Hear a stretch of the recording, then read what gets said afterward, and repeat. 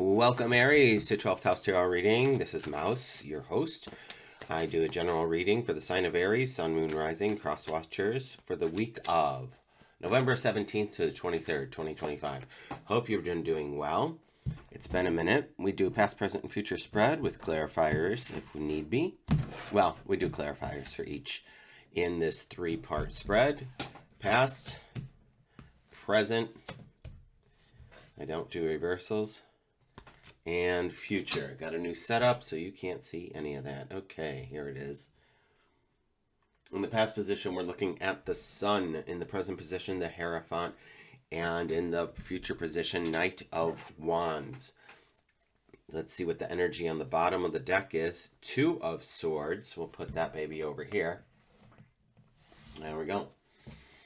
So in the past position, we have the Sun. So to me, it seems like everything was coming up roses for you. There was happy times, good times, joy, harmony, peace, all that good stuff leading up to this, leading up to the Hierophant. Now, the Hierophant is somebody who's going to be just this all-knowing character. Like maybe you have reached a pinnacle in your career, in your life, at a point where everything that you need is right here for you, waiting for you, just to take charge and step into your genius. And in the future, we do have the Knight of Wands. And although, and maybe this is simply because I just listened to a different tarot reading about my own sign, talking about the Knight of Wands walking towards the past, I want to say just in this first glance of the cards, although the character is looking back per se, I think it's important to look back to see if we're repeating patterns or if there's knowledge and wisdom that we can bring forward into this present moment with ourselves.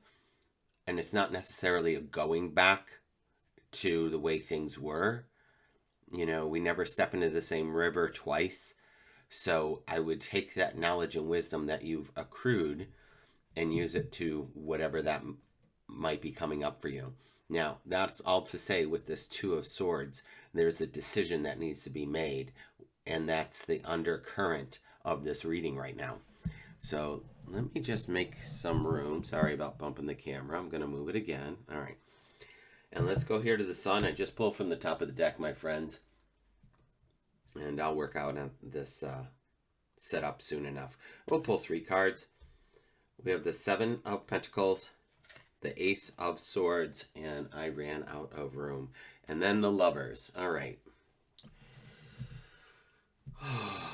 Friends, sorry about that. I'm just realizing I usually have this hoisted up on something. And the program I use does not necessarily allow me to pause. So what we're going to do is we're just going to overlay some of these cards.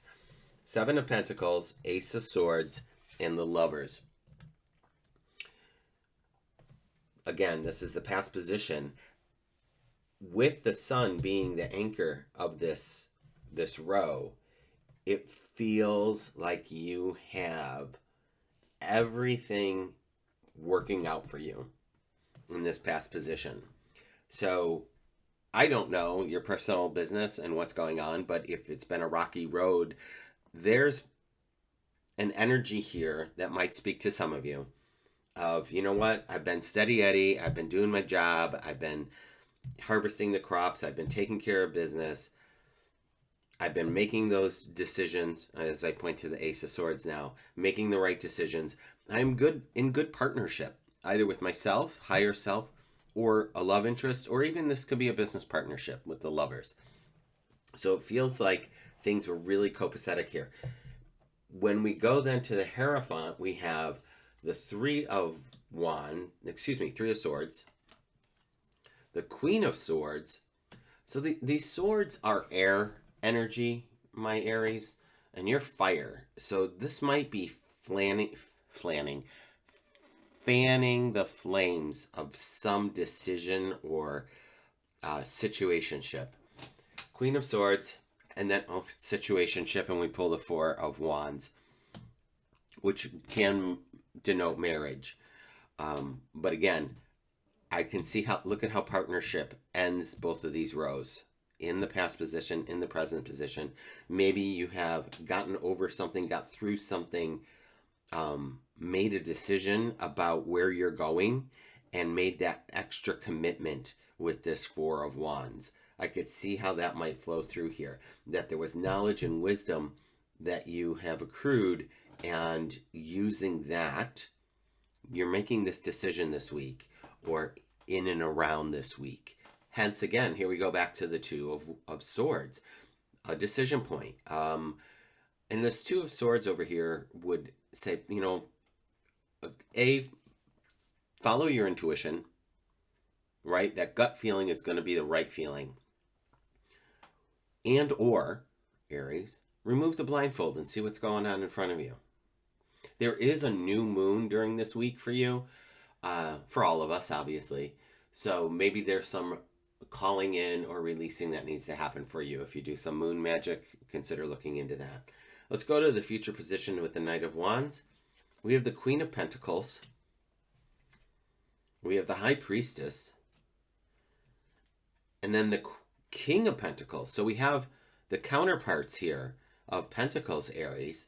It feels like a lot of powerful people are waiting for you in your future. That's the energy that I'm getting. Like you're getting pulled into something greater and bigger. I'm excited for you about this, Aries. I'm excited to see what this is about. The Pentacles are Earth. It's going to be stability, groundedness, potentially prosperity and abundance in a financial way.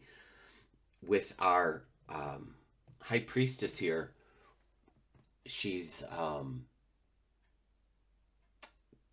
just all about that intuition and that receptivity, having that balance of the yin and yang, like having this higher knowledge, Akashic record kind of knowledge.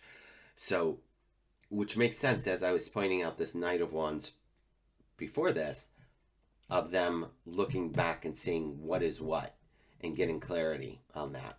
So I feel like this is just all that knowledge and wisdom coming in your future of like, wow, I can't believe I've been through X, Y, and Z, and now I'm going through this, and I get to choose my future, my path. It feels really exciting to me, Aries. I hope that this benefits you in some way, shape, or form. Happy to be back. Glad you're here. Consider liking and subscribing as I jump back in to sharing my tarot with you. So take care, and I'll see you next week.